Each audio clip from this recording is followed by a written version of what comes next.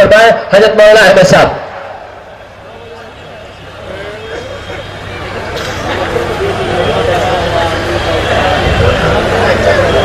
السلام علیکم ورحمۃ اللہ وبرکاتہ.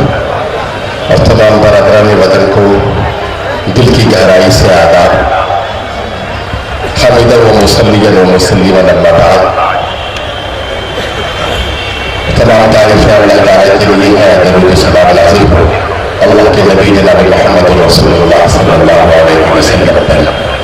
سب سے پہلے میں عزیزی حافظ محمد نہاد احمد سلم کو دل کی گہرائی سے تحیت و تبریک پیش کرتا ہوں.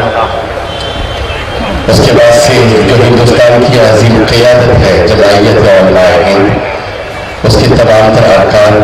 اور ذمہ داران کو دل کی گہرائی سے مبارکباد پیش کرتا ہوں. اور سب سے زیادہ میں موجودہ سامعین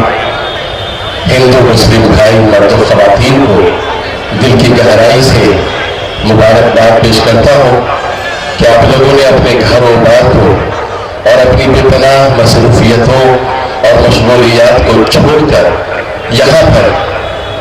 تشریف رکھتے ہیں. میرے خیال سے سبھائیں بہت ہوتی ہیں، اجلاس بہت ہوتے ہیں، مگر اس طرح کی سبھا یہ آج کا امن و ایکتا مہا سمیلن میرے خیال سے یہ وقت کی بڑی اہم ترین ضرورت ہے. کوئی اپنے لیے بیٹھتا ہے، کوئی اپنی فیملی کے لیے بیٹھتا ہے، کوئی اپنی قوم کے لیے بیٹھتا ہے، مگر میں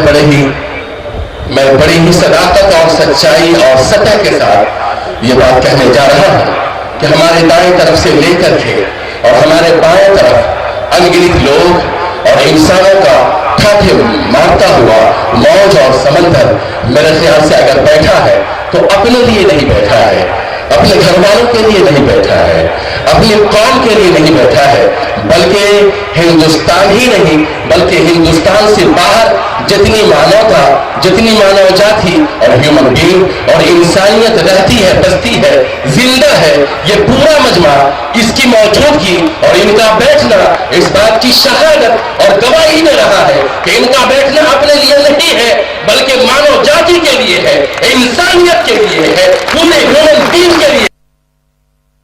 یہ میرے خیال سے لے کر دیتا اور جمعیت علماء ہند کے حوالے کر دیتا کہ اگر یہ سمیلن اس ہندوستان کی پوتر دھرتی پر اور ہندوستان کی مبارک سرزمین پر ہوتی نہ رہی تو مجھے ڈر ہے اور خدشہ ہے کہ کہیں ہندوستان کی مانو جاتی اور ہندوستان کی انسانیت اور یہاں کا پریم اور یہاں کی بھائی چارگی اور یہاں کی محبت اور اخوت کہیں معدوم نہ ہو جائے، ختم نہ ہو جائے. اس کی بقا کے لیے ضرورت ہے کہ ہندو بھائی بھی اور مسلم بھائی بھی اور مرد بھی اور عورت بھی بالکل سر جوڑ کر یہاں بیٹھے اور مٹھی بھر، بہت زیادہ نہیں کہ وہ لوگ جو ہندوستان کی فضا کو، یہاں کے امن کو، یہاں کی آشتی کو، یہاں کی صدیوں پرانی گنگا جمنی تہذیب کو